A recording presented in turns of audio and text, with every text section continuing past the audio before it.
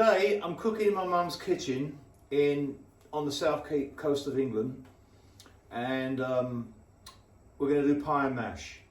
The weather has been absolutely crappy, but we're in England, and you know what, it don't matter, it's all good. Let's do this. I think you're going to like it. Okay, so this is what you're going to need for the eel sauce. A bar of Aero's, got to be the peppermint, a pack of 12s, and a bar of Galaxy.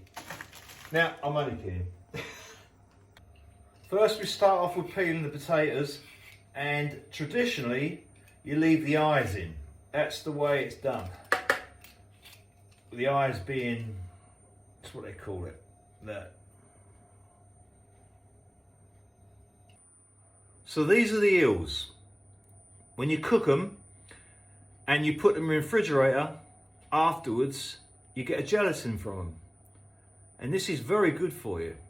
So this goes into the pie and mash, and I'm going to show you that on the next stage.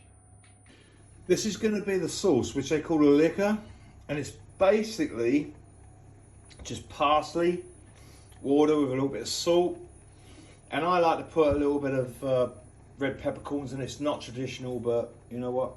You're going to see what it comes out like after it's cooked. This is the pie. That's going in the oven right now. 350 for 20 minutes. Let's mash up the potatoes, and no less than that. And there it is. Eels, jellied eels, pie, and mash with the liquor. See that? That is it. And don't forget your malt vinegar. This is the best, I tell you. Bon appetit.